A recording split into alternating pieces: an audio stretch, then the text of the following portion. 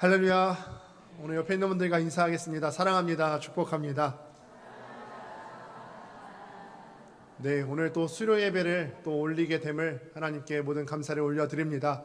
우리 처음에 간증하셨던 바와 같이 이 제자반을 한다고 했을 때 걱정했던 건 제가 제일 많이 걱정했죠. 이제 이 어르신들이 암송을 잘하실 수 있을까? 여러분 정말 놀랍게도요. 암송을 거의 완벽하게 하셨어요. 제가 거의라고 말씀드렸습니다. 네, 거의 완벽하게 하셨고요. 아마 이 수료식을 하고 난 다음부터는 그 다음 주부터는 굉장히 후련하셨을 것 같아요. 이제는 어떤 분은 꿈에도 나왔다 하더라고요. 암송하는 꿈에도 나왔다고 우리 나눔 가운데 그렇게 하기도 했었는데, 그러나 여러분 이거는 악몽이 아니라 길몽입니다. 주의 말씀이 꿈에서도 나오면 길몽이지 않겠습니까? 네. 오늘 예수를 따른다고 하는 것에 대해서 다시 한번 생각해보는 시간 될 수 있었으면 좋겠습니다. 제자라는 것은 예수님을 따른다는 것 아니겠습니까? 우리가 예수를 따른다는 것이 어떤 의미인지 함께 생각하고 또 결단하는 시간 되기를 바랍니다. 우리가 인생을 살면서는요, 때로는 선뜻 대답하거나 결정하기 어려운 것들이 있습니다. 쉬운 것부터 생각해 보시면 중국집에 가시면 바로 결정이 나십니까? 짜장을 먹을 것인가, 짬뽕을 먹을 것인가, 요즘은 밀가루가 좀 잘 안 받아서 밥 종류를 먹을 것인가, 이런 것부터 시작해서요. 탕수육 먹으실 때 여러분 어떠세요? 부먹이세요? 찍먹이세요? 이게 무슨 말인지도 모르시는 분들이 계시는 것 같아요. 부먹은 부어 먹는다라고 해서 부먹이고, 찍먹은 찍어 먹는다. 저는 찍먹인데 앞으로 탕수육을 저와 먹으실 분들은 찍먹하실 분만 같이 와주시면 감사하겠습니다. 이런 건 쉬운 예예요. 그런데 이런 질문은 어떠세요? 제가 예전에 저희 큰애 하엘이를 불러서 엄마가 없는 곳으로 끌고 가서, 하엘아, 너는 엄마가 좋아, 아빠가 좋아? 물어본 적이 있어요. 엄마가 없는데도 불구하고 저희 하엘이가요, 그때부터 저는 엄마도 좋고 아빠도 좋고 둘 다 좋아 그러더라고요. 지혜롭게 빠져나갔어요. 근데 엄마가 없는 데서도 그렇게 얘기했다는 것은 엄마가 좋다는 얘기겠죠? 둘 다 좋습니다. 둘 다 좋아요. 이 정도 질문까지는 그렇게 어렵진 않은 것 같아요. 그런데 다음 질문은 조금 곤란합니다. 잘 듣고 잘 선택해 보시길 바랍니다. 연애하거나 결혼한 커플이 있다고 한번 해봅시다. 그런데 하루는 여자친구 혹은 아내가 남편 혹은 남자친구에게 물어보는 거예요. 자기는 자기 엄마랑 나랑 물에 빠지면 누구부터 구할 거야?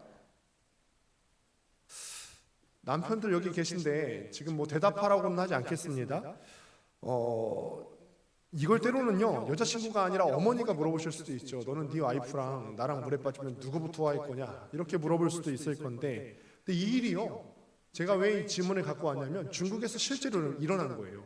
2015년 7월 달에 장수성의 수저우시라고 하는 곳에서 시어머니랑 며느리랑 말다툼을 하다가 고부간에 갈등이 있어서 말다툼을 하는데 하필 호수 옆에서 싸웠더래요.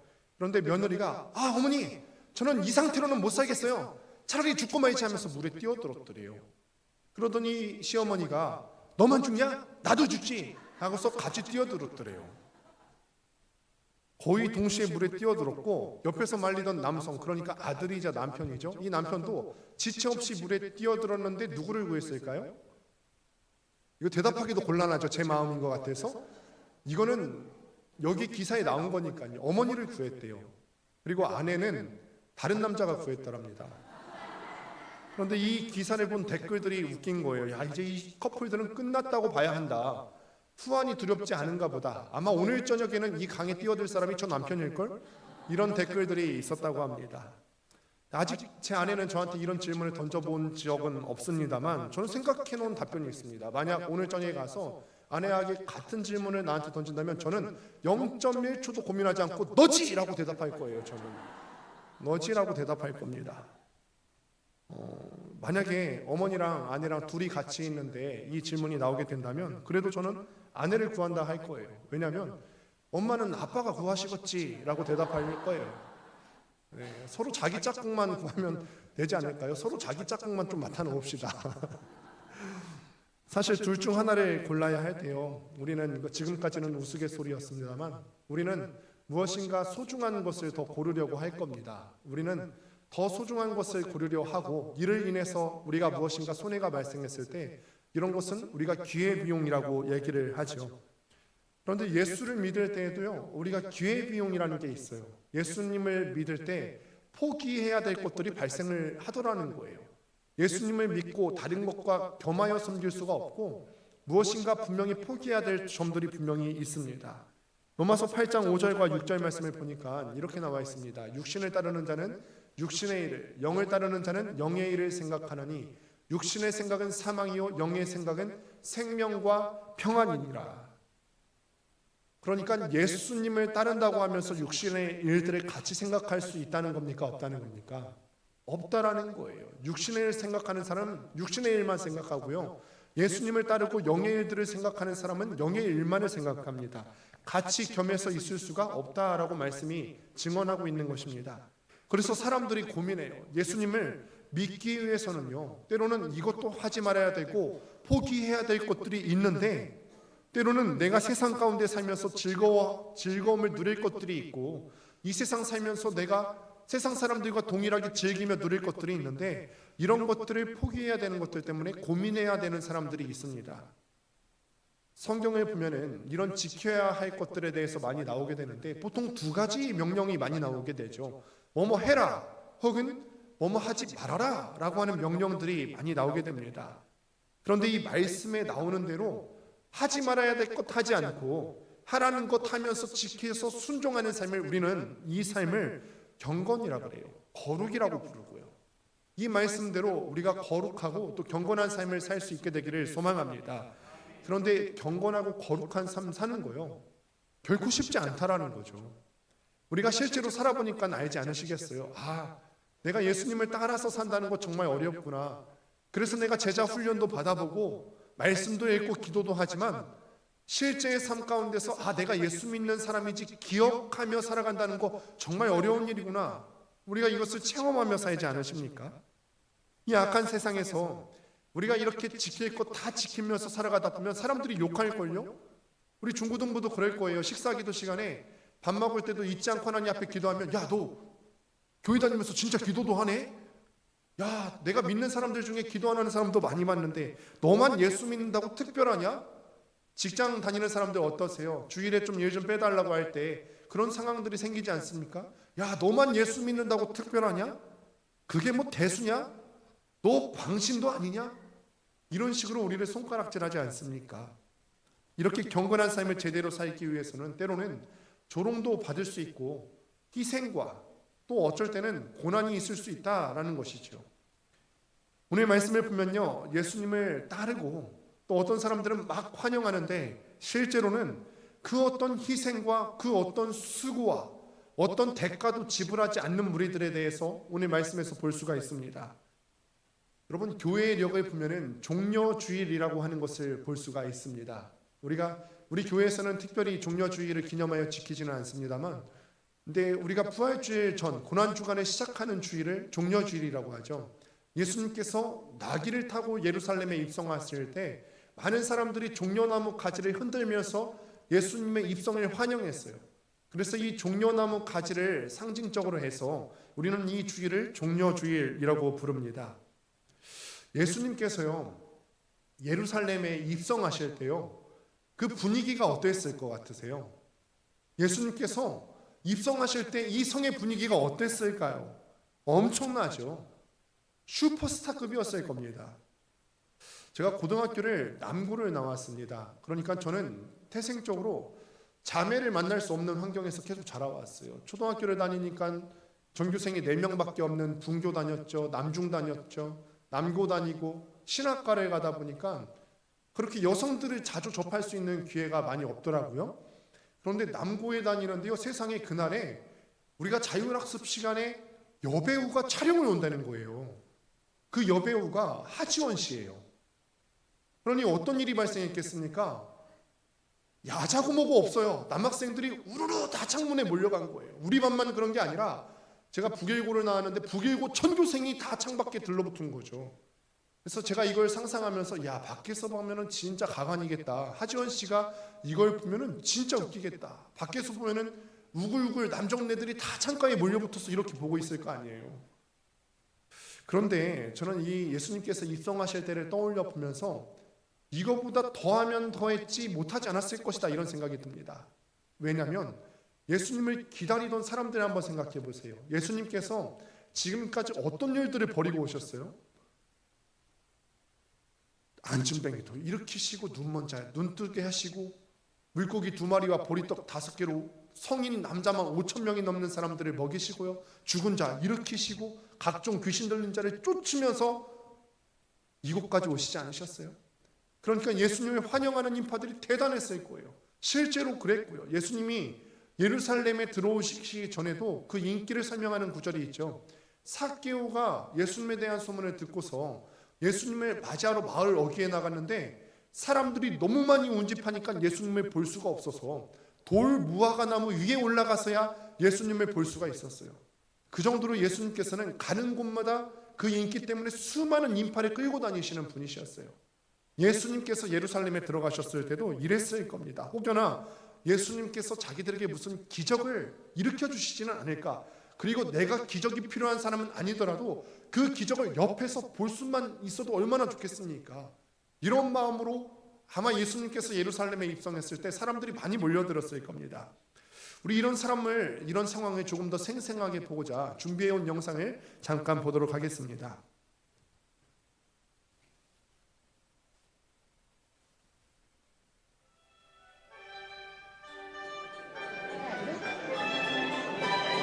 나귀를 타시는 장면입니다.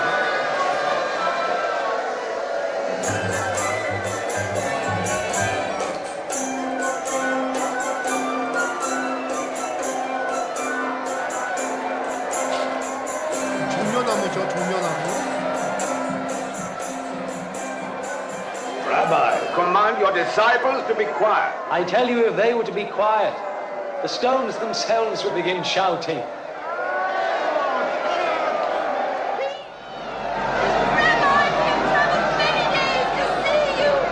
What blessed Jesus you have saved me! Welcome to our city! Hail Jesus!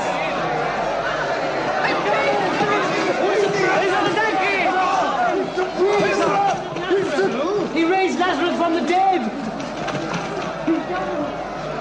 Who is this Jesus of Nazareth? He's a prophet, a great prophet. A prophet? On a donkey? Blessings to the healer of the sick! You have come to deliver us! Jesus of Nazareth, King of the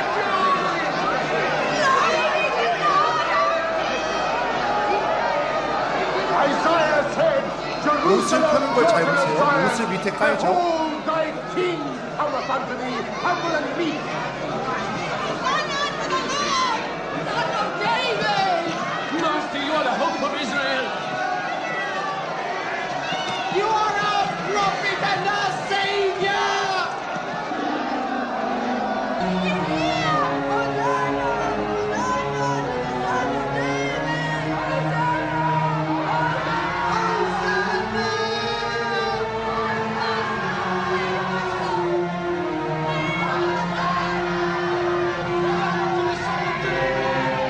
호산나 다윗의 자손이여 나왔습니다.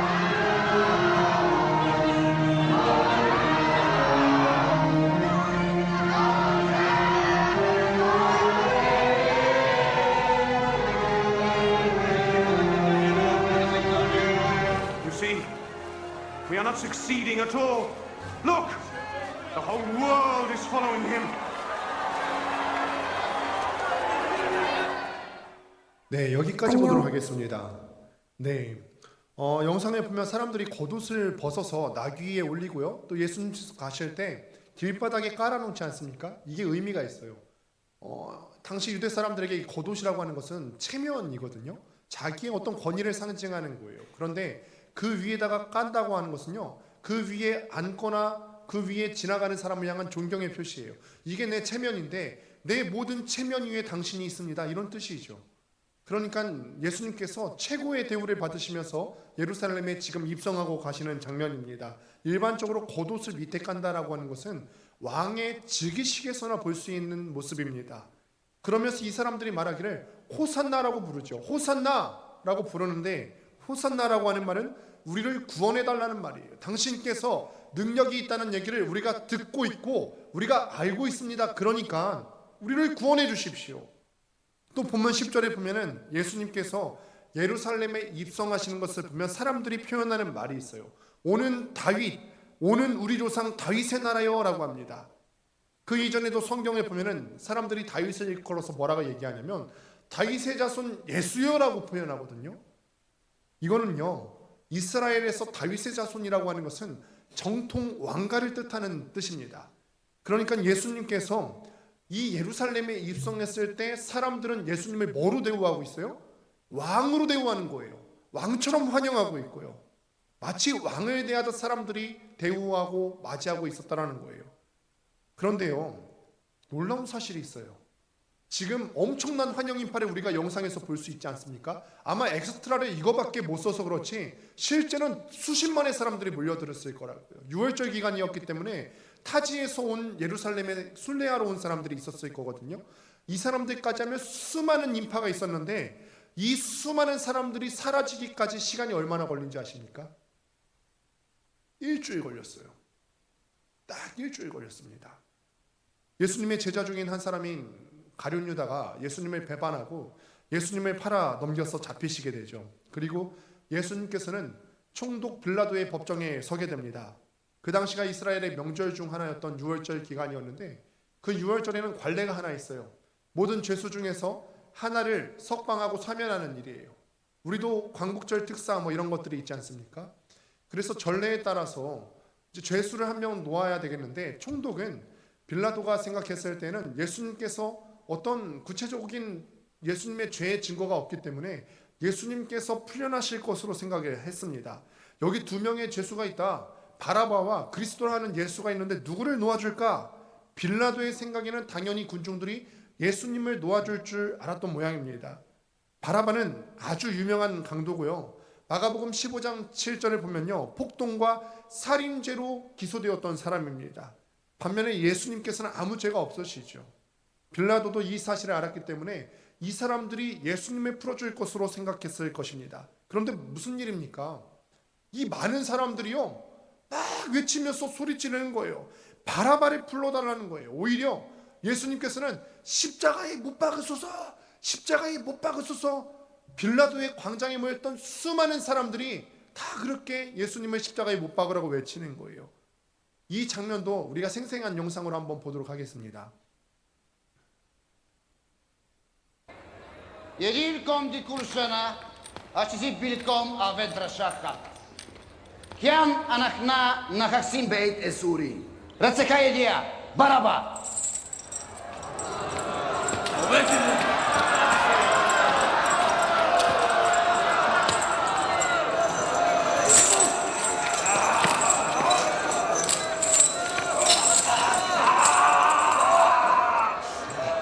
Eden man bain antun diesesibilkom. Ratzeka Baraba. O Yeshua, kri Meshiacha. Hula Meshiacha, Urame, Uchalel. Shezi Baraba.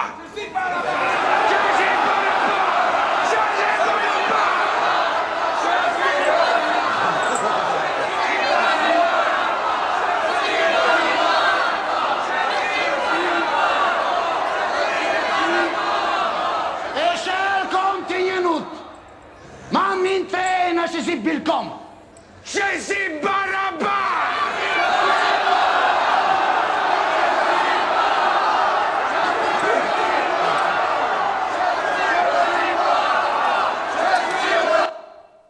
네, 여기까지 보도록 하겠습니다. 예수님 환영했던 일주일 전에 환영했던 그 인파들 다 어디 갔죠? 어디 간 건 아니에요. 여기 있거든요. 빌라도의 법정 앞에 있거든요. 어떤 사람들은 빌라도의 법정에 있던 사람들과 환영했던 사람들은 전혀 다른 두 무리 아니냐 그러는데 저는 그렇게 보지는 않습니다. 왜냐하면 예수님께서 예루살렘에 입성했을 때 그 유명세가 워낙 대단했기 때문에 거의 모든 사람들이 예수님을 환영했을 것으로 보여집니다.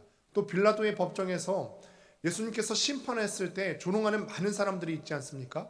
이 법정이 또 작지 않은 크기이기 때문에 거기서 수많은 사람들이 있었을 거예요. 그러니까 대다수의 빌라도의 법정에 있던 사람들은 일주일 전에는 예수님을 환영했던 인파였을 겁니다. 거의 그럴 겁니다.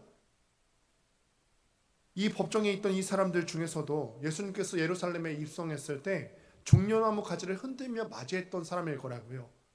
예수님을 환영했던 그 사람들 다 어디 있습니까? 예수님께서 이렇게 공경에 처했는데 그 많은 환영 인파들은 다 어디로 간 겁니까? 심지어는 예수께서 십자가에 달려 돌아가실 때 지나가는 사람들조차 조롱하며 모욕한 장면이 나와 있는데, 마태복음 27장 39절 40절을 보니까 지나가는 자들은 자기 머리를 흔들며 예수를 모욕하여 이르되, 성전을 헐고 사흘에 짓는 자여, 네가 만일 하나님의 아들이어든 자기를 구원하고 십자가에서 내려오라 하며. 지나가던 사람들도요, 어쩌면 일주일 전에 예수님을 환영하는 사람들을 이었을지 모릅니다. 지금 예수께서 십자가에서 고통당하시고 신음하고 계실 때 예수님과 고통을 나눌 만한 사람이 한 명도 없다라는 거예요. 그 수많은 환영 인파들이 신기루와 같이 다 사라져버리고 말았어요. 왜 이런 일이 벌어졌을까요? 왜 사람들이 마음이 변했다 생각하세요? 사람들은요, 엄청난 능력의 예수님께서 예루살렘에 오셨을 때 기대하던 바가 있었거든요. 사람들은 예수님께서 그 엄청난 능력으로 로마의 압제에서 자기들을 구원해 줄 리더라 여겼어요. 이스라엘이 지금 로마의 식민지로 고통받고 있는데 이 상황에서 건져줄 사람으로 보고 있었다는 거예요. 예수 때문에 그래도 조금은 내 삶이 나아지지 않을까? 경기가 어려운데 이분이 오시면 내 경제적인 상황도 좀 나아지지 않을까? 이분이 오시면 그 기적 같은 능력으로 내 병도 뭔가 치유해 주시고 기적 같은 삶이 벌어지지 않을까? 그런데 예수님께서 가려고 하신 길은 그런 길이 아니죠. 그가 선택하신 길은 십자가의 길입니다. 고통과 어려움이 있는 길이에요. 그러니 그가 붙잡혔을 때 처음에는 예수님께서 이런 삶을 갖고 오시겠지, 이런 나라를 갖고 오시겠지 했던 이들의 모든 환상이 다 깨지는 거예요. 이러면 안 되는데, 예수님께서 잡히시면은 내가 꿈꿨던 것들을 못 이루는데, 내가 이득 볼 수 있는 게 없을 텐데, 모든 환상과 기대가 깨지게 되는 거죠. 그래서 이 환상이 깨지니까 지체 없이 예수님께서 고난당하시고 어려움 당하실 때 요즘 젊은 사람들 얘기하면 손절한다 얘기하잖아요. 끊어버리는 거예요. 끊어버려요. 예수님께서 십자가를 지실 때 그를 끝까지 따르기 위해서는 고통과 희생이 따르지 않겠습니까? 그런데 사람들은요, 다 자기 한 몸 잘 되는 것만 생각했죠. 내가 무엇인가 예수님을 통해서 콩고물 떨어지는 것을 노리고 그것만 추구하고 살아왔지, 누구도 예수님을 따르면서 같이 고통과 희생을 따른다, 같이 고통과 희생을 짊어진다, 이 생각은 하지 않았다라는 거예요. 그런데 이 모습을 보면서 정말 우리의 모습과 똑같구나 하는 생각을 하게 됩니다. 우리 교회 환경을 한번 보세요. 그래도 지금 여러분 어떠세요? 잠이 솔솔 올 만큼 시원하기도 하시죠? 깨셔야 됩니다. 네. 더우면 지금 잠도 안 올 거예요. 시원하니까 잠도 오고 환경이 좋다라는 거죠. 영상 보실 때 어땠어요? 영상도 틀어줄 만큼 이 배경도 있고요, 이런 시스템도 있고요. 영상 볼 때 저기서 불 딱딱 꺼주고요. 앰프 시스템은 또 얼마나 좋습니까? 필리핀에 가서는 이 마이크 소리가 제대로 저기까지 나갈까 이 걱정하고 하거든요, 선교 나갈 때마다. 그런데 저는 여기서 힘 하나 안 들이고 작게만 해도 다 들려요. 그렇잖아요. 이렇게 좋은 환경에서 우리가 예배를 드리고 있어요. 그런데 우리에게 허락된 이 모든 것들이 다 사라진다면 어떻게 될까 한번 생각해 보시겠어요? 악기들도 없고요, 겨울에 춥고 여름에 더운 데서 예배 드린다 한번 생각해 보세요. 그런데도 여러분 우리 교회에 계속 남아 계실 수 있으시겠어요? 이럴 때는 대답을 크게 해주셔도 큰 힘이 될 겁니다. 네. 심지어 자유롭게 예배 드릴 수 없다면요, 극한의 가정이긴 하지만 우리가 정말 북한처럼 예배 드릴 수 있는 자유가 뺏긴다면 여러분 어떠하시겠어요? 그래도 고난받으면서 지금의 예배의 자리에 나오실 수 있으시겠습니까? 무언가 희생이 있고요, 고난이 있더라도 감수하고 이 자리를 지키면서 예수님을 믿으실 수 있겠냐는 얘기입니다. 거기까지 가지 않더라도요, 이런 극한 상황까지 가지 않더라도 조금만 힘들어지면 망설여지지 않습니까? 우리가 직장에서 주일에 일 나오기를 요구할 때 뭔가 주일에 직장에 나가지 않으면 손해를 봐야 되는 상황이 발생했을 때 이것 때문에 망설여지지 않습니까? 내가 이 직장에 가지 않으면 손해를 볼 텐데 주일 성수하기 위해서 이거 빠질 수 있을 것인가? 막 망설여지기 시작해요. 어떤 데서는요, 우리 청년들을 또 취업의 기회를 노릴 때, 야, 내가 정말 바라던 직장의 자리인데 주일에 출근하라고 하네? 이거 포기하실 수 있겠어요? 목숨을 내걸고 신앙생활하라, 이 얘기까지 가지 않더라도 이 작은 것부터 우리는 포기할 수가 없잖아요. 아, 주일에 장사하기 위해서 이 가게 문 열면 조금의 이윤을 조금 더 남길 수 있을 텐데 이거 포기하기 참 어려우시잖아요. 직장 같은 것들은, 눈에 보이는 것들은 당장 안 하면 손해 같은데, 하나님은 제일 먼저 내쳐도 아무 말씀 안 하시는 것 같아요. 그래서 이 예배당에 앉아는 있지만 예수님을 따르는데 아무런 희생과 고난을 감내하겠다고 결단하지 않는 게요, 마치 2000년 전에 예수님께서 예루살렘에 입성하실 때 환영했던 인파의 모습과 우리의 모습과 닮아있는 부분들이 있더라는 거죠. 포기하지 못하는 거, 손해볼 거를 두려워하는 거, 말씀대로 살기 위해서 뭐뭐 하지 말아야 할 것은 하지 말아야 되고 해야 될 것은 해야 되는데 이 말씀 지키기 위해서 손해볼 거는 조금 더 감수하지 않는 거예요. 사랑하는 성도 여러분, 예수님을 따른다는 것은요, 고통과 또 희생을 감수하는 길인 줄 압니다. 우리가 물건 파는 사람들 보면요, 물건의 장점을 얘기합니까? 단점도 같이 얘기합니까? 보통 장점만 얘기합니다. 테무 같은 거 보세요. 단점은 싹 감추고 장점만 다 얘기하지 않습니까? 그런데 예수님께서는요, 자기의 팔로워, 따르는 사람들을 늘리기 위해서, 야, 좋은 것만 있다, 나 따르면 있잖아, 복에 복을 받을 거야, 곳간이 차고 넘칠 거야, 형통하게 될 거야, 이런 것만 말씀하시지 않는다고요. 성경에서도 동일하게 증언하는데 이런 구절들이 있습니다. 형제들아, 세상이 너희를 미워하여도 이상히 여기지 말라. 미움받을 수 있다라는 거죠. 인자로 말미암아 사람들이 너희를 미워하며 미움받고요, 멀리하고요, 욕하고 너희 이름을 악하다 하여 버릴 때에는 너희에게 복이 있도다. 버림받고요, 무릇 그리스도 예수 안에서 경건하게 살고자 하는 자는 박해를 받는다고요. 그리스도를 위하여 너희에게 은혜를 주신 것은 다만 그를 믿을 뿐 아니라 또한 그를 위하여 고난도 받게 될 것이고, 이런 것들이 우리가 예수님을 믿을 때 따라온다라는 거예요. 아시겠습니까? 예수님을 따른다고 하는 일은 고통과 희생을 감수할 수 있어야 된다라는 얘기예요. 이 사실을 우리가 지금도 앉아서 어떤 해악도 받지 않은 채로 이거를 들어서 그렇지, 실제로 우리에게 이 삶이 닥쳐오신다면 여러분 심정이 어떠실 것 같으세요? 예수 믿기 위해서 내가 때로는 실직하게 된다면요, 예수님 믿기 위해서 좋은 기회를 날려버리시게 된다면요, 예수님 믿기 위해서 때로는 내 시간과 물질을 투자해야 된다면요, 여러분 어떠시겠어요? 고통받으시기는 싫죠. 베드로가 같은 마음이 있었다라는 거예요. 마태복음 16장 21절에 보면은 예수님께서 제자들에게 처음으로 수태고지를 하세요. 내가 고난받고 죽임당할 것을 제자들에게 처음으로 설명하는 장면이 나오게 됩니다. 그랬더니 베드로가 마태복음 16장 22절에서 뭐라고 얘기하는지 아십니까? 안 됩니다. 주님, 이 일이 절대로 주님께 일어나면 안 되고 제가 막을 거예요. 제가 이 일이 일어나지 않도록 막겠습니다. 왜 그럴까요?